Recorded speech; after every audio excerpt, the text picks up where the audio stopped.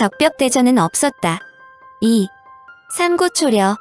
조조는 유비가 자신을 넘보기 전에 꺾어야 한다고 생각했고 결론을 말하자면 조조의 생각은 옳았다고 볼 수 있다.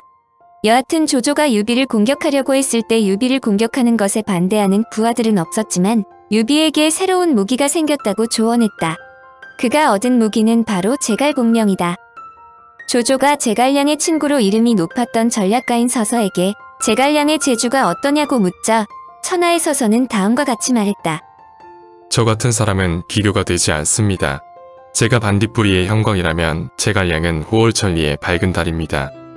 나관중은 삼국지에서 제갈량을 주인공 중 한 명으로 설정하고 서서의 입을 통해 그를 지나칠 정도로 찬양했는데 그것은 제갈량을 돋보이게 하기 위함임은 물론이다. 서서는 영천 사람으로 제갈량의 융중문화살롱에서 함께 교유한 친구 중의 친구이다.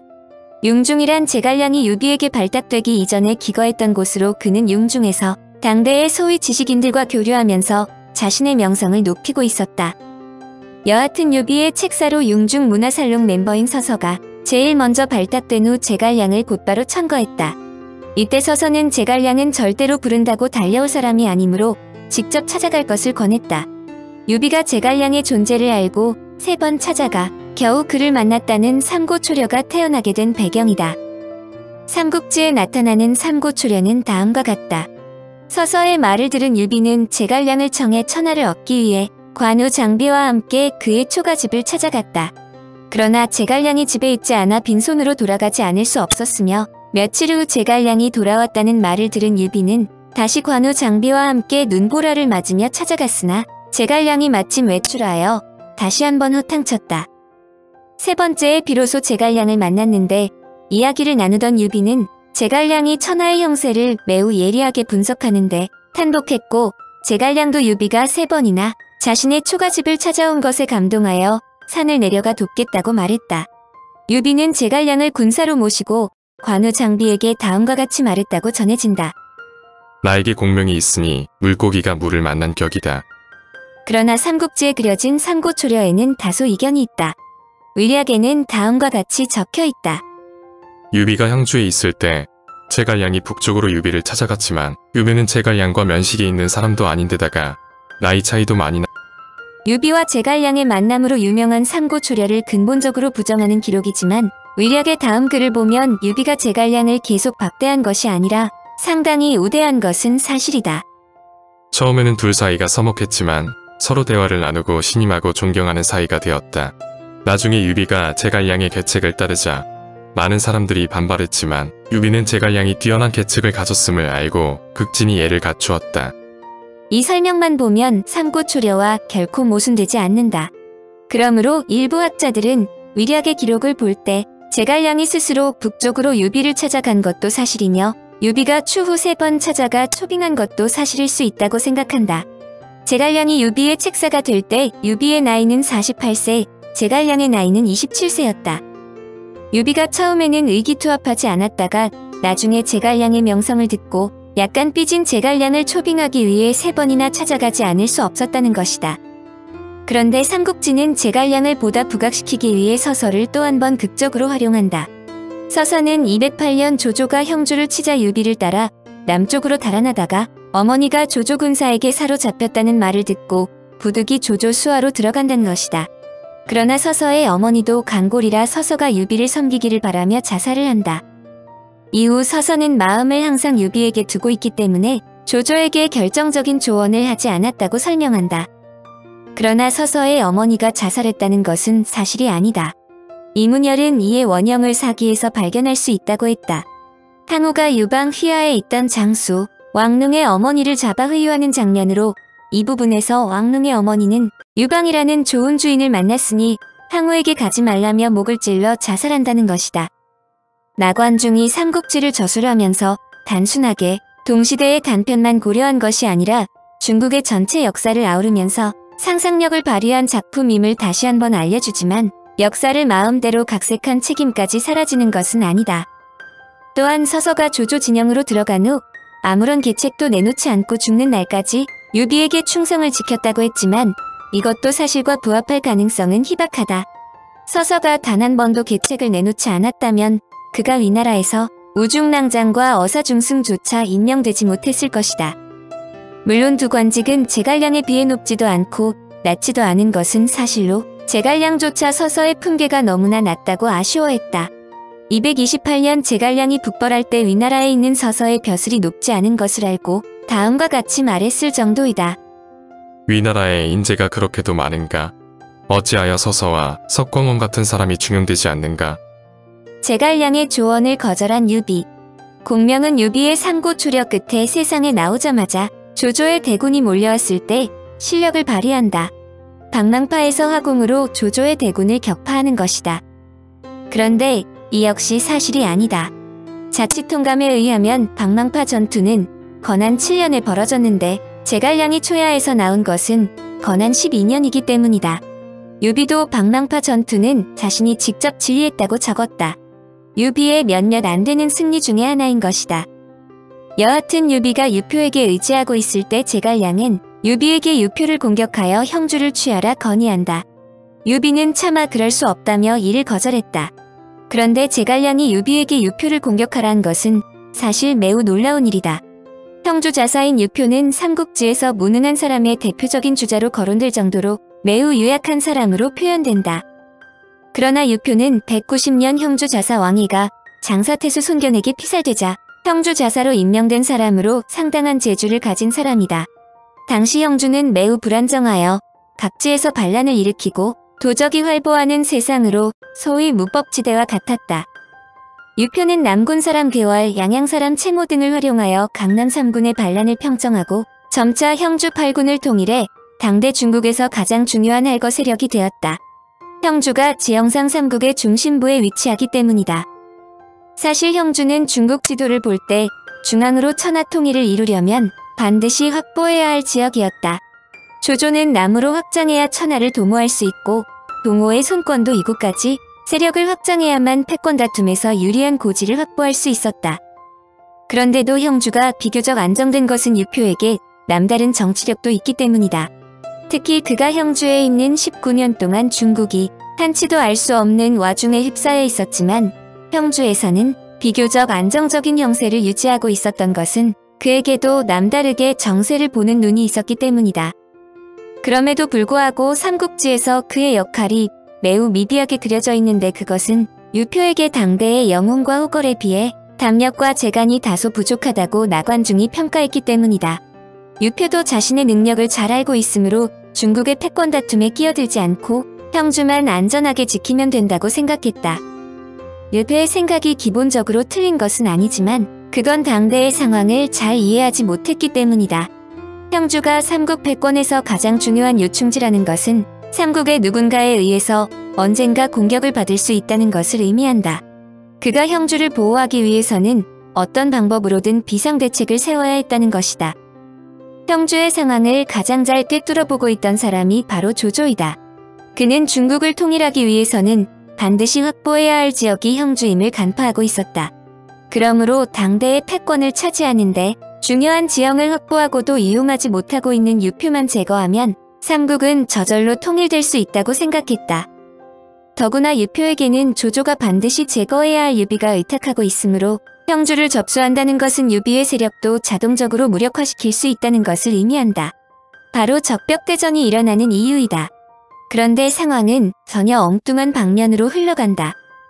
조조가 건한 13년 7월 대군을 동원하여 본격적인 남정에 돌입하자 나름대로 유비를 포섭하여 형주를 수호하고 있던 유표가 갑자기 사망한 것이다. 그런데 유표의 뒤를 이은 사람은 형인 강하태수 유기가 아니라 차남 유종으로 그는 곧바로 조조에게 형주와 양주를 바치겠다면서 항복 의사를 밝혔다. 결론을 먼저 말하자면 유표에게는 큰아들 유기가 있었는데도 불구하고 유표가 사망하자 그의 뒤를 이은 사람은 유기의 동생인 유종이라는데 문제가 있었다. 나이 어린 유종은 형주를 지키려는 생각을 할 정도의 제목이 아니었다. 실제로 그의 나이가 14세에 불과하므로 그럴 만도 한 일이다. 이는 조조로서도 예상치 못한 일이다. 사실 형주를 조조에게 헌납한 사람은 유표가 아니라 그의 아들과 형주의 집권 세력이지만 이 일로 유표는 삼국시대에서 가장 무능한 사람의 대명사로 거론된다. 그가 절대적으로 유리한 지형을 확보하고 있었음에도 자식 농사조차 제대로 짓지 못해 그동안 쌓아놓은 공과가 모두 허사가 되었기 때문이다. 제갈량이 유비에게 유표의 형주를 접수하라고 조언한 것은 바로 이와 같은 정황을 잘 알고 있었기 때문이다. 제갈량이 유표의 자질을 정확하게 알고 있었던 이유는 유표가 바로 제갈량의 근친이 되기 때문이다. 제갈량의 장인인 황승헌의 누이 동생이 유표와 결혼했다. 사실 제갈량은 당초 형주목인 유표의 우선 아래로 들어갈 수 있었다. 그런데 유표가 제갈량의 근친이 되기는 하지만 제갈량은 유표를 그다지 좋아하지 않았다. 유표가 백성을 아끼고 인재 양성을 위해 노력하는 등 어느 정도 명망을 갖고는 있었으나 아쉽게도 너무 보수적이고 성격이 흐리멍덩하다는 단점을 갖고 있기 때문이다. 제갈량이 자신의 웅지를 펼치는데 결정적인 흠을 갖고 있었다는 뜻이다. 한편 제갈량은 자신을 삼고초려를 통해 초청한 유비에게 형주를 접수하라고 이야기했지만 유비로서는 선뜻 제갈량의 말을 들을 수는 없는 일이었다. 유비가 그때까지 얻은 명성은 유씨라는 족보 때문인데 자신이 유씨를 공격할 수는 없다는 것이다. 결론을 따진다면 유비의 말도 맞고 제갈량의 말도 맞았다 볼 수 있다. 결국 유비가 추후에 형주를 접수하였지만 형주를 접수하기 전에 유비가 많은 고초를 겪은 것은 사실이다.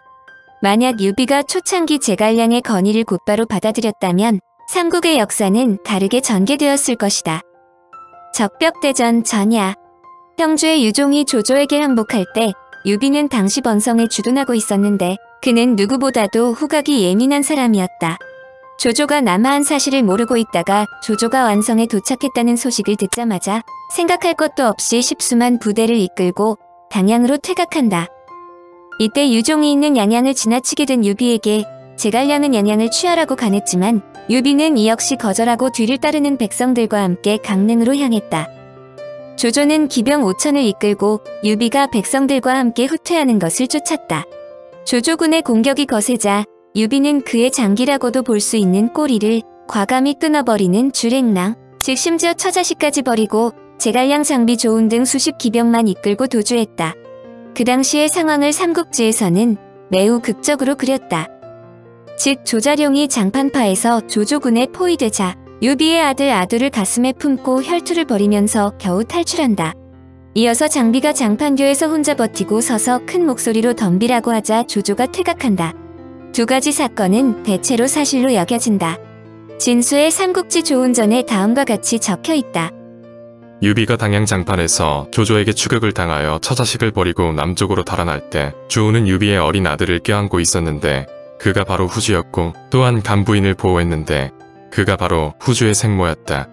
이들은 모두 주우의 노력으로 재앙을 면할 수 있었다. 진수의 삼국지 장비전에도 이렇게 기록되어 있다.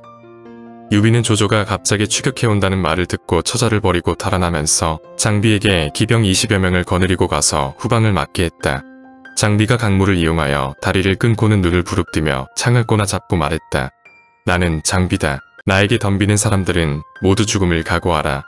적들은 모두 감히 접근하지 못했고 결국 유비가 재앙을 피할 수 있었다. 장비가 대가릴성으로 다리를 끊어 물이 거꾸로 흘렀다는 설도 있는데 이것은 불가능한 일이라는 누구나 알만한 일로 전설일 뿐이다. 그런데 장비의 큰 목소리에 조조의 대군이 놀라 공격하지 않았다는 것을 보면 장비의 목소리가 얼마나 컸는지 궁금하지 않을 수 없다. 인간이 들을 수 있는 가장 큰 소리의 세기는 들을 수 있는 가장 작은 소리 세기의 1조배까지이다. 그러나 소리의 크기의 차이는 이보다 훨씬 적다. 귀가 듣는 상대적 소리의 크기를 음량이라 하고 데시벨 단위로 측정한다. 데시벨은 로그 눈금을 사용하므로 10데시벨은 우리가 들을 수 있는 가장 작은 소리인 0데시벨보다 10배, 20데시벨은 100배이다. 일반적으로 집에서의 라디오 소리를 40데시벨, 집에서의 대화 소리를 65데시벨, 귀에 장애를 주는 소리를 85데시벨, 매우 혼잡한 교차로는 90데시벨, 도로공사 시 굴착기의 소음은 100데시벨이다. 일반적으로 가장 큰 소음은 제트기 이륙 때 나는 소리로 140데시벨로 본다. 인간은 120데시벨에서 고통을 느끼기 시작하고 140데시벨에서 고막의 통증을 느끼며 방향 감각을 일시 잃는다. 140데시벨이 얼마나 높은 수치인가는 일반 소음계의 측정 범위가 30에서 130데시벨인 것으로도 알 수 있다. 장비가 대가릴성으로 장판교에서 조조군이 추격을 막아냈다면 그 목소리가 우렁찼음은 틀림없을 것 같다. 특히 장비의 목소리가 제트기의 소음과 같을 정도인 140데시벨 이상이었다면 조조군이 방향 감각을 잃고 장비를 추격하지 못했음이 틀림없다. 그러나 인간은 그 정도의 목소리를 낼 수는 없다. 실제로는 조조가 장비의 뒤에 복병이 있을 것으로 알고 퇴군한 것이다. 얼마 후 유비는 관우와 회합하고 유표의 장자로 만여 명의 군사를 거느리고 있던 유기와 연합하여 하구에서 2만여 명의 연합군을 구성할 수 있었지만 여기에서 유비는 앞으로 진로를 놓고 결단을 내려야 했다. 간단하게 말하면 어디로 도망가서 근거지를 확보하느냐였다. 천하를 제패하기 위해 남정을 시도한 조조의 생각은 단순했다. 형주를 접수했으므로 여세를 몰아 오나라의 손권을 격파하고 더불어 유비의 잔존 세력을 제거하겠다는 것이다. 유비로서는 진퇴양난이 아닐 수 없었다. 조조에게 항복한다는 것은 그동안 쌓아온 모든 명성을 한꺼번에 잃는 것은 물론 패배자로서 목숨조차 부지하는 것이 간단한 일은 아니었다. 그러므로 유비로서는 어떠한 경우로든 조조와 대항해야 했는데 마침 오나라의 손권이 있었다. 강동의 손권은 사실 적벽대전이 벌어지기 전만 해도 삼국지에서 중요 세력은 아니었다. 당대의 패권은 원소 조조 등 강북의 실권자들 간에 벌어진 데다가 강동은 전력에 있어도 차이가 나기 때문이다. 더구나 강동을 침공하기 위해서는 반드시 거쳐야 할 형주가 방패막이 되어 주었기 때문에 삼국지 초반 비교적 안정된 세력을 유지하고 있었다. 그런데 그동안 방패막이 되어준 형주가 조조에게 항복했으므로 손권과 조조 사이의 완충지대는 사실상 사라진 셈이다. 유비가 착안한 것은 바로 이 점이다.